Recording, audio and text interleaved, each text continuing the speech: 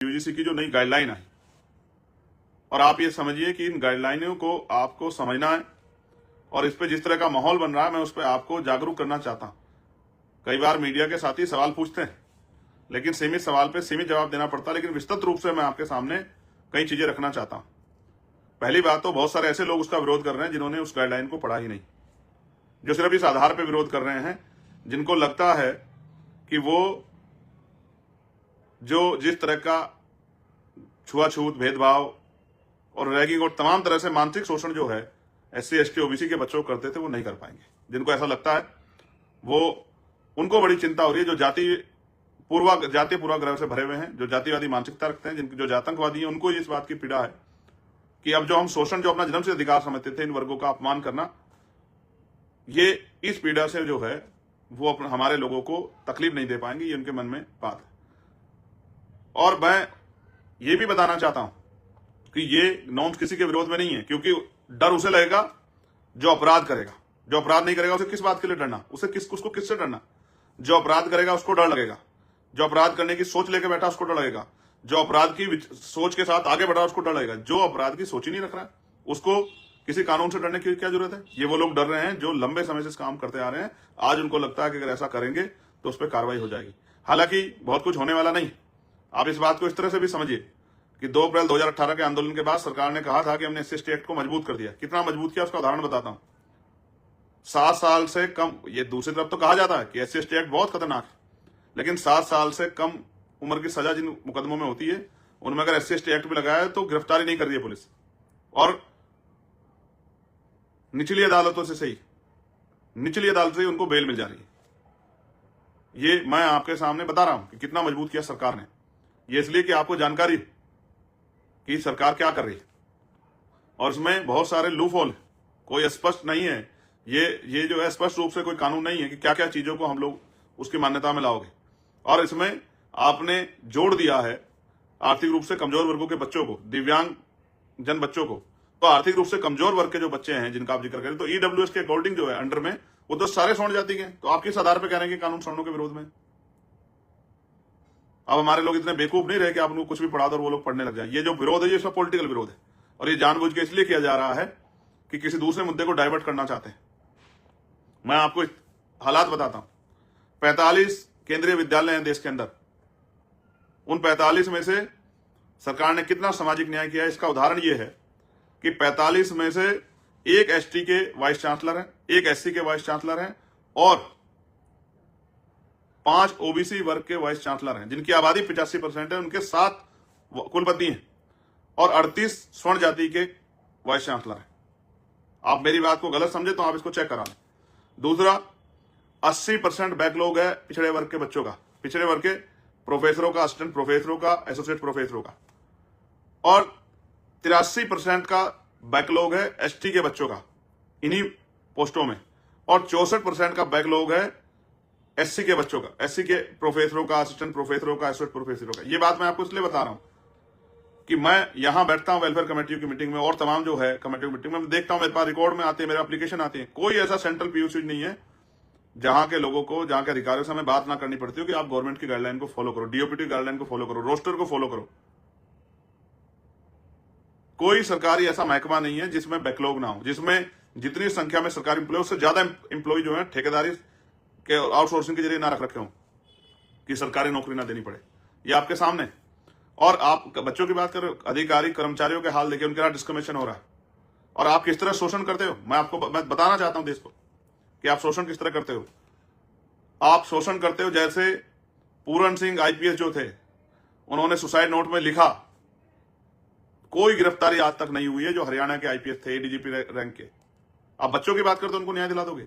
ADGP rank के हमारे IPS पूरन कुमार, उन्होंने सुसाइड किया, सुसाइड नोट लिखा कि जातीय भेदभाव के कारण मेरे साथ ये हुआ, तो वो मर गए, लेकिन उस परिवार के ने जिनके खिलाफ FIR कर दी, एक व्यक्ति को पुलिस ने अरेस्ट नहीं किया। ये आपके सामने है उदाहरण कि तब नहीं। आप बच्चों की बात करें। और बताता हूं, एक हमारी बिटियां हैं, टीना ढाबी, जो IAS टॉपर हैं, सिविल सर्विस की टॉपर हैं। कल वो किसी ध्वजारोहण के कार्यक्रम में थी 26 जनवरी पे, जहां वो पोस्टिंग है। एक उनसे थोड़ा सा जो है खड़े होने में थोड़ी सी गलती, किस तरह से सोशल मीडिया पे उनका मजाक बनाया गया, उनके जो है वो टॉपर है, सारे टेस्ट टॉप करके ही वो आई है, तब पास करके तभी टॉपर बनी है, लेकिन आरक्षण के नाम पे किस तरह उनको अपमानित किया गया, हम वो पूरे सोशल मीडिया के जरिए तमाम लोगों ने देखा। आपके अंदर जहर भरा हुआ SC ST OBC के बच्चों के प्रति, आप उनका मानसिक शोषण करते हो। बड़े बड़े कॉलेजों में 118% की वृद्धि हो गई है इन जो है इस तरह के क्राइम्स में, तब जाके ये नए नॉर्म्स आए, ये नई गाइडलाइन बनी है। और अभी इसमें एक केस रजिस्टर नहीं हो, आप लोग आंदोलन करने चल दिए। ये समझने की बात है, ये आपके सामने है। कब तक इस देश में पायल तडवी या रोहित वेमुला, डेल्टा मेघवाल जो है हमारे बच्चे मरते रहेंगे? इसका जवाब जो है सरकार को देना पड़ेगा। मीडिया में 90% जो है बाहुल्यता सवर्ण बिरादरी के लोगों की है, तो वहां डिबेट हो रही है, डिबेट में बैठ के वो SC ST के लोगों को अपमानित करने का काम कर रहे हैं। और मैं आपको बताना चाहता हूं, बहुत जिम्मेदारी से आपको बताना चाहता हूं कि इस देश में कॉन्स्टिट्यूशन पे सबसे बड़ा हमला तब हुआ जब 10% आर्थिक आधार पर आरक्षण लागू हुआ। उन नेताओं को भी जिन्होंने उसका समर्थन किया, उन्होंने संविधान के का जो आधार, संविधान में जो आधार रिजर्वेशन का, उसको कुचलने का काम किया। इस सरकार ने तो कुचला, लेकिन विपक्ष में रहने वाले हमारे लोगों ने भी कुचलने का काम किया अपने चंद वोटों के चक्कर में। और उसका परिणाम यह हुआ कि आर्थिक आधार पर आरक्षण 10% लागू हो गया, जो संविधान का वायलेशन था, जो आधार रिजर्वेशन का कॉन्स्टिट्यूशन में उसका वायलेशन था। और यहां से तो हुआ उस असंवैधानिक कानून को, उस असंवैधानिक जो पास हुआ बिल, कानून बना, उसको जब चैलेंज किया सुप्रीम कोर्ट में, तो सुप्रीम कोर्ट में बैठे जज, जिनकी जिम्मेदारी थी, जो सारे स्वर्ण जाति के जज थे, उन्होंने उस कानून को भी, उनकी जिम्मेदारी है कि संविधान की व्याख्या करें, उन्होंने भी उस वायलेशन को सही माना।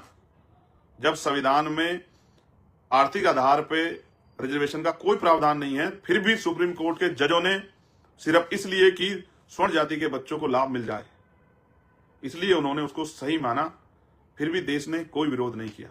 जब 3 दिन में वो कानून बन गया 10% आर्थिक आधार पर, तो भी हमारे नेताओं की चुप्पी से किसी ने कोई विरोध नहीं किया, क्योंकि SC ST OBC के लोग सामाजिक न्याय को मानते हैं। उन्होंने कहा स्वर्ण जाति में गरीब है तो दे दो, लेकिन उसके बावजूद आर्थिक आधार 10% पे लेते हो, और कोटे की जगह हमारी बच्चों को जो पढ़ती है, हमें बच्चों के लेटर आते हैं, कोटे की जगह बोलते हो कि कोठे जो है आप कोठे वाले। ठीक है, जिस तरह से आप अपमानित करते हो, आपके अंदर जहर भरा हुआ है। 75 साल में आप इस जहर को अपने अंदर से निकाल नहीं पाए, आप एक सभ्य समाज नहीं बना पाए।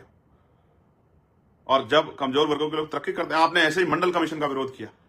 मंडल कमीशन में भी आपके खिलाफ कुछ नहीं था। मंडल कमीशन में पिछड़ी जातियों को जो है सशक्तिकरण के लिए जो आर्टिकल 340 में प्रावधान बाबा साहब अम्बेडकर ने किया, उस प्रावधान को जो है, उस प्रावधान के अकॉर्डिंग जो है, तो रिजर्वेशन का जब जो काका कालेकर आयोग के बाद और मंडल कमीशन बनकर जो रिपोर्ट बनी, जो आयोग बना, उसकी जो रिपोर्ट आई, उस आर्टिकल नंबर 340 को जो है मजबूत, उसके आधार पर जो मंडल कमीशन के जरिए जो है पिछड़े वर्ग के लोग सशक्तिकरण का जो जब ये कानून आ गया, उनको आरक्षण देने का प्रावधान बन गया, तो आपने उसका भी विरोध किया, पुरजोर विरोध किया आपने। कहां था वो स्वर्णों के विरोध में जो आपने उसका विरोध किया?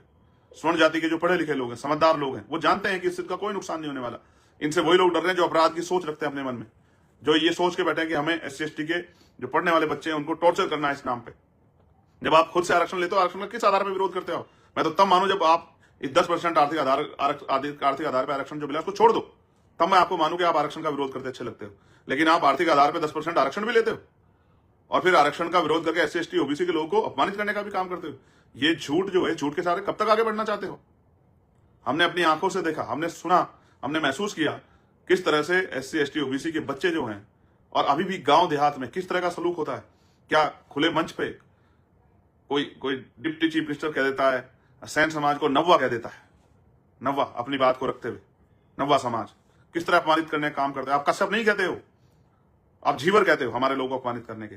आप प्रजापति नहीं कहते हो, आप कहते हो कुमार। जानबूझ के आप हमारे लोगों को अपमानित करने का काम करते हो, जानबूझ के। आप यादव नहीं कहते हो, आप कहते अहीर। जानबूझ के आप जो है हमारे लोगों को, जानबूझ के आप जो है पिछड़ी जातियों के बच्चों को, शेड्यूल कास्ट के लोगों को, ठीक है, आप जानबूझ के जो है जाति के आधार पे, और नाई के, ओ खटीक के, ओ झीवर के, ठीक है, इस तरह से आप जो है आज भी गांव देहात से लेकर पढ़े लिखे लोग जो अपने आप को पढ़े लिखे कहते हैं, किस तरह से जो है वो बढ़ई के, विश्वकर्मा समाज को बढ़ई के कह के आप जो है आप अपमानित करने का काम करते हैं। क्या हम नहीं जानते हैं?